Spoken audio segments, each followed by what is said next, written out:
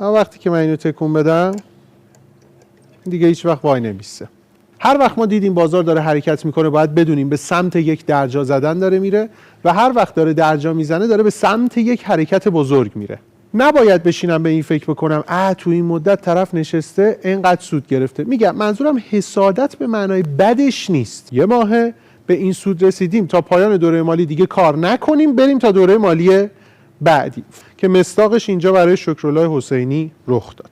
فکر میکنم در بین این 4 فینالیست تنها کسی که با تمام وجود میخواست ببره امیرحسین بود.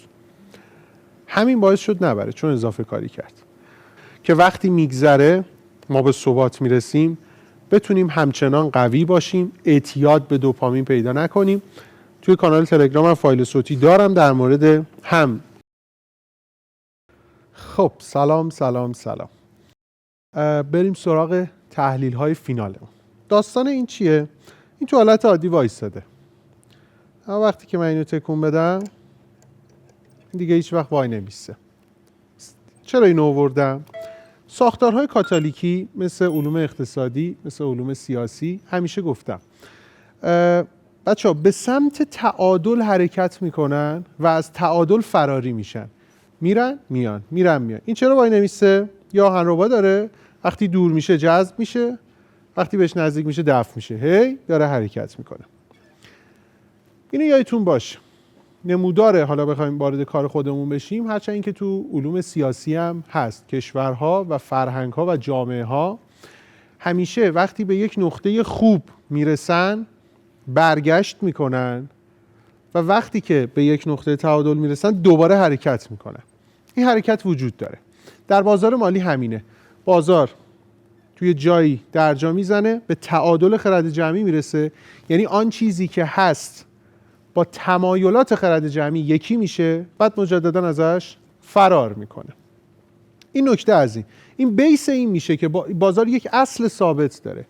درجا میزنه حرکت میکنه درجا میزنه. هر وقت ما دیدیم بازار داره حرکت میکنه باید بدونیم به سمت یک درجا زدن داره میره و هر وقت داره درجا میزنه داره به سمت یک حرکت بزرگ میره. اینو حواستون باشه. بریم سراغ تحلیل های فینالمون. اول در مورد بچه‌های صحبتی بکنیم دونه دونه. امیرحسین به نظرم یهو شروع کرد اضافه کاری، چون تو ویدیو هم معلوم بود یهو حس عقب موندن گرفت با اینکه از همه جلوتر بود ولی فکر میکرد عقبه و نگران بود نکنه عقب باشه. شاید خودش هم میدونست جلوه ها. این باعث شد یهو بزنه تو فاز اضافه کاری. اضافه کاریش کار دستش داد.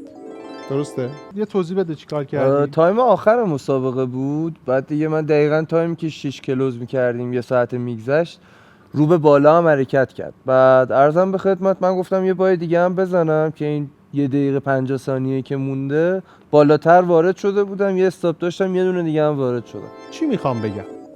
حسادت در سود دیگران، حسادت نه به اون معنی بدش. این که من همش خودم رو با یک چارچوبی مقایسه بکنم خیلی خیلی خیلی ضربه زننده است. چرا؟ تارگت های ذهنی من به جای اینکه رو معاملاتم باشه، یعنی من بگم این معامله رو وارد شدم تارگتش اینجاست، حالا دیگه من تارگت ها رو بر اساس نیازم میخوام بذارم. یعنی میخوام بگم نه این که تارگتش اینجاست خوب نیست، اینو من بذارم بالاتر چون اگه اینجا برسه فلان میشه، چون اگه اینجا برسه میرم فلان ماشین رو میخرم، چون اگه اینجا برسه مسابقه رو میبرم. اینو مواظبش باشید. این که میگم حسادت در سود دیگران یعنی این بیت کوین میره بالا، من دارم ترید خودم میکنم، اصلا تو اون بازار فعال نیستم شاید یا اون کارو نکردم. نباید بشینم به این فکر بکنم تو این مدت طرف نشسته اینقدر سود گرفته. میگم منظورم حسادت به معنای بدش نیست. منظورم اون مقایسه کردن چارچوب هاست و این اعتماد به نفسمون هم میگیره ها. این که من هی بازدهی ها رو مقایسه بکنم. در مورد شکرالله نکته بگم. خب تصویرشو دیدید؟ گذاشتیم. گفتش که من این هفته خوبی بود برام، تا دیروزش هم خیلی سود گرفتم، امروز دیگه روز من نبود. به این بهونه میخوام چی بگم؟ تارگت دوره مالی. فلسفه‌شو توضیح میدم. فایل صوتی که چگونگی محاسبش هست و اینها در کانال تلگرام هم هست. اونجا سرچ بکنید تارگت دوره مالی میاد و محاسبهش رو توضیح دادم و همه چی. ببینید بچه‌ها، تارگت گذاری دوره مالی چیزی که معمولا افراد متاسفانه اشتباهی فکر میکنن، این دیگه تمرکزمو داره به هم میسه یه جا وایسه، اینه که افراد میان تارگت دوره مالیشون رو به این شکل میذارن که میگن آقا من انقدر سود گرفتم بسمه، انقدر گرفتم ولش کنم. من میگم موضوع این نیست. خب موضوع یک منطقی پشتشه که ربط به سیستم داره، نه من. تارگت دوره مالی ربطی به روانشناسی من نداره. سر چیه؟ فرض بکنید من یک سبد دارم توش 5 تا توپ قرمز، 5 تا توپ سفیده.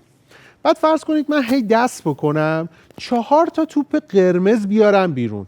از اینجا به بعد وقتی من دست میکنم و میخوام توپی رو بیارم بیرون، احتمال این که توپ سفید بیاد بیرون بیشتره. چرا؟ چون توپ قرمزا اکثرش در اومده. ما وقتی برای سیستممون تارگت داریم محاسبه میکنیم با اون فرمولی که تو اون فایل صوتی گفتم، در اصل داریم واریانسش رو حساب میکنیم، میگیم این سیستم با این آمارها به این درجه از سود تو یک دوره مالی برسه، از اینجا به بعد احتمالاً محصلش زیاد مثبت نخواهد بود یا شاید منفی یا شاید درجاییه. اینجوری میشه که یه تارگتی میذاریم، میگیم با این سیستم داریم کار میکنیم، در دوره مالیش مثلا اگه دوره مالی یه هفته است، یه ماهه، به این سود رسیدیم تا پایان دوره مالی دیگه کار نکنیم، بریم تا دوره مالی بعدی. فایل صوتیشو گوش بکنید در کانال تلگرام. اینم حالا فلسفه‌ای بود که توضیح دادم که مصداقش اینجا برای شکرالله حسینی رخ داد. کارگزاری WM دیگه داره کم کم بانک میشه، از کارگزاری داره فراتر میره. یکی از قدیمی ترین کارگزاری‌ها و یکی از بهترین کارگزاری‌های دنیاست. یه خدمت جدیدی داره ارائه میکنه که واقعاً مثلش وجود نداره. میتونید روی عددی که در حسابتون هست، بلنستون، بدون اینکه معامله بکنید یا کاری بکنید، سود سالیانه روز شمار به شما میده. درصد این سود با توجه به لولی که دارید تعیین میشه که میتونید برید توی کابینتون ببینید. این لولی هم که شما دارید بر اساس حجم معاملاتی هست که تا حالا انجام دادید که توضیحاتشو بهتون میدن. به نظرم خیلی راهکار خوبیه. هم برای موقعی که ما میخوایم دلاری بخریم نگه داریم، میتونیم اینجا نگهداری کنیم که حتی تا سالیانه 2% به ما سود بدن. هم برای اینکه داریم معامله هم میکنیم کنارش یک سودی روی بلنسمون میگیریم. از داخل لینک هایی که داخل کپشن هست ثبت نام بکنید، توی کابین معاملاتیتون گزینش رو میبینید و میتونید فعالش بکنید. اطلاعات دقیق ترش هم میتونید از پشتیبانی بگیرید. امیر یه صحبتی کرد، گفت من قسمت اول یه کاری رو کرد، زود نبست، دید به ضررشه، این دفعه اومد یه کاری بکنه زود بست، یعنی برعکس دفعه اول، باز به ضررش تموم شد. به این بهونه میخوام چی بگم؟ ثبات مهمه. حتی اگر من کار غلطی میکنم اما همیشه اون کار غلط رو بکنم، بازدهیش بیشتره تا اینکه بعضی جاها بخوام کار درست بکنم، بعضی جاها کار غلط. یعنی بچه‌ها میخوام بگم ثبات مهمه. این که من همیشه یه کار رو بکنم خیلی مهمتره. این یه نکته. یه اتفاقی در هر 4 شرکت کننده وجود داشت. بقیه‌شون باخته بودن، اما همچنان میخندیدن، همچنان اوکی بودن. اومدن مصاحبهشون انجام شد، صحبت میکردن، میخندیدن. بچه‌ها این رفتار یک تریدر حرفه‌ایه ها. حالش بد نشده بود، چون تو قسمت‌های قبلی داشتیم طرف چون میباخت یه جوری حالش بد میشد، جون نداشت، نمیتونست حرف بزنه، حوصله دیگه مصاحبه هم نداشت. این نکته رو ببینید در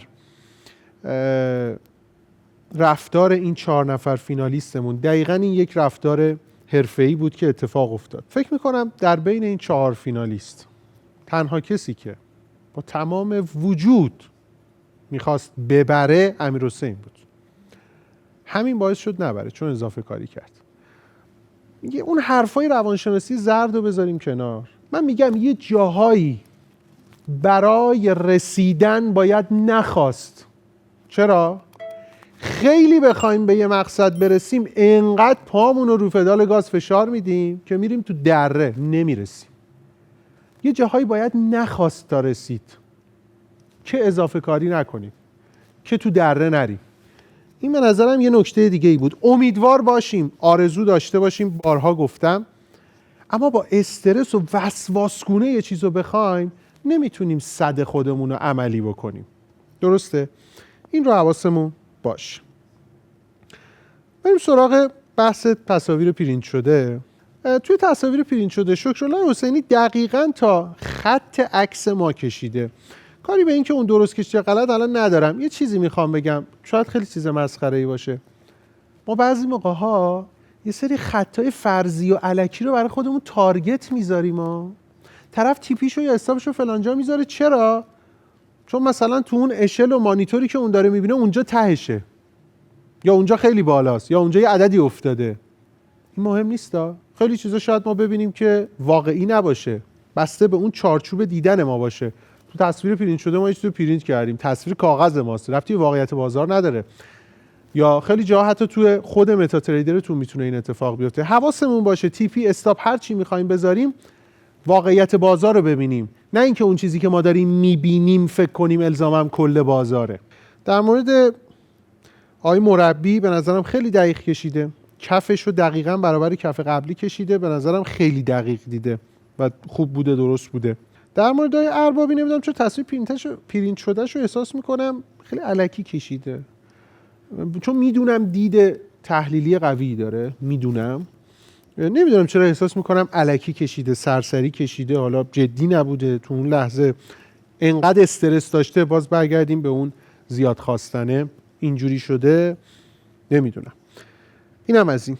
خواهم یه نکته در مورد خودم بگم که شاید نباید بگم، ولی چون یه پوینت داره من میگم لیبرال نگاه میکنم، دموکرات نگاه میکنم. کلا من یه اخلاق انگلیسی معابانه‌ای دارم، دوست دارم که آن چیزی که هست رو بگیم. این اخلاق معمولا در فرهنگ، بحث خوب و بد نیست، در فرهنگ آسیا نیست. چیز بدی هم البته نیستا، میخوام یه پوینتی رو ببینید، چیز طبیعیه. ببینید بچه‌ها، قسمت اول برید نگاه کنید. خب قسمت اول از برنامه کلن انگار رو صورت من معلومه که من یه انرژی عجیب غریبی دارم. بعد انگار متعادل شدم، نه اینکه برنامه ناامید شدم، نه، درست برداشتش بکنید، بفهمیدش، چون یه پوینت بزرگ داره. این رفتار طبیعی در بین همه انسان هاست، شاید همه پستاندارها حتی. بچه ما تنوع طلبیم. چرا؟ چون هر بار چیز جدیدی وارد زندگی ما بشه دوپامین در ما ترشح میشه. میل ما به یک چیز جدید حتی اگه بد باشه میل خوبیه.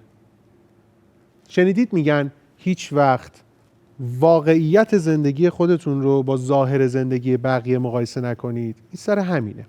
چرا اینو دارم میگم؟ پس ما تنوع طلبی رو دوست داریم. اول برنامه این کار برای من کار جدیدی بود، من هنوز این برنامه رو دوست دارم، برنامه خودمه، ولی اون دوپامین روز اول رو ندارم، دست خودم هم نیست. همه آدما همینه. خب چرا اینو دارم میگم؟ من وقتی دارم با یه سیستم معاملاتی کار میکنم اولش هیجان دارم. وقتی دوپامین بالاست بچه‌ها، مثل زمانی که کوکائین یه انسان میکشه، اعتماد به نفس بالاست، تاباوری زیاده و کلا آدم قوی تریه، خیلی بهتر میتونه این سیستم رو اجرا بکنه. وقتی میره جلو براش عادی میشه، دوپامینه دیگه الزاما هر روز ترشح نمیشه. اینجا میشه که شکننده تر میشه، ضعیفتر میشه، اعتماد به نفس کم میشه، شک میکنه، امیدواریش کم میشه. همینجاست دقیقاً که یهو میبینی طرف با یه سیستم خیلی خوبه داره کار میکنه، ولی صرف تنوع طلبی انگار دوست داره سیستمش رو عوض کنه، چون عوض کردن اون سیستم منجر به ترشح دوپامین توش میشه، انگار داره کوکائین میکشه. پس به این حواسمون باشه که وقتی میگذره ما به ثبات میرسیم بتونیم همچنان قوی باشیم، اعتیاد به دوپامین پیدا نکنیم. توی کانال تلگرام هم فایل صوتی دارم در مورد هم آیا ما در بازار کوکائین مصرف میکنیم، هم بحث اعتیاد به دوپامین. در اینترنت هم سرچ بکنید بحث دوپامین دیتاکس یعنی سمزدایی دوپامین اصلا یک مقوله است و اون فایل صوتی هایی هم که من دارم حتما بررسی بکنید، در موردش توضیح دادم. تحلیلامون برای این قسمت به پایان رسید. من نکات تکراری نمیگم، چون فرضم بر اینه که همه شما بیننده ها لطف دارید و تمام قسمت های ما رو دیدید. اون نکاتی که شاید در تحلیل جلسه اول، دوم، سوم گفتم باز الان پیش اومده باشه، من دوباره نمیگم. خواهش میکنم که قسمت ها رو ببینید، مخصوصا این قسمت های تحلیلی برای افرادیه که حرفه‌ای ترن، دوست دارن و عمیق بازار مالی رو دنبال میکنن. الزاما فقط حالا هیجان و انترتینینگ مسابقه جدا، بحث تحلیلی کارکردش چیز دیگه ایه. ببینید، فیلم رو لایک کنید، اشتراک گذاری بکنید و تو کامنت ها نظرتون رو بگید. همچنین این چیزایی که دارم میگم بگید شماها چی تجربه کردید، نکردید، کدومش رو شما درس گرفتید و حتی چه نکته‌ای بود که من ندیدم شما دیدید. یه نکته، یه تحلیل، یه برداشتی میشد از این برنامه یا برنامه‌های دیگه کرد من ندیدم ولی شماها دیدید. اینا رو هم با همون به اشتراک بذارید. لایک ویدیو یادتون نره. ممنون. بریم دیگه خداحافظی رو ببینیم. خب ممنون که تا اینجای برنامه ما رو دیدید. دیگه اگه به اینجاش رسیدید جا داره بگم که حتما کانال تلگرام و اینستاگرام ما رو دنبال کنید. محتوایی که من اونجا دارم متفاوت، تخصصیه، حتما ببینید. اعلان‌ها و هر چیزی هم که داریم همیشه اونجا منتشر میشه. من فینالمون رو خیلی دوست داشتم، هیجانش واقعا برام لذت بخش بود. تحلیلاش هم دیدید، نکات دیگه ای در اومد. انشالله در فصل دوم اگر ببینیم که چگونه داره مردم ازش استقبال پیدا میکنن، طور دیگه ای ضبط خواهیم کرد. دوئل رو داریم و بعد از فصل دوم هم اگر همه چی مساعد بود ادامه خواهد داشت، ولی مدل های دیگه. مثل این 2 فصل دیگه قرار نیست دوباره ضبط بکنیم. مرسی وقت گذاشتید و تا اینجا با ما همراه بودید. اگه تا اینجا اومدید یعنی دیگه به ما لطفه رو داشتید، پس حتما لایک و شیر یادتون نره. نظراتتون رو حتما تو کامنت بگید به ما و ممنون. موفق باشید. خداحافظ.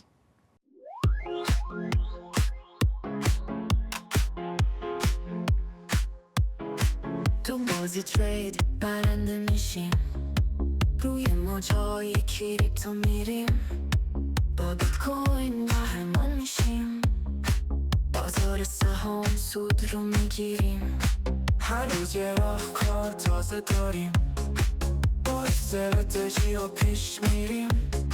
فارکس هم مثل یه دنیاست، پولا تو جیبمون پر میشه. رقابت دنیای ترید سخته، اما ما میدونیم که چطور برنده شیم. کریپتو کارنسی بیت کوین رو در دست، با قدرت تو این مسابقه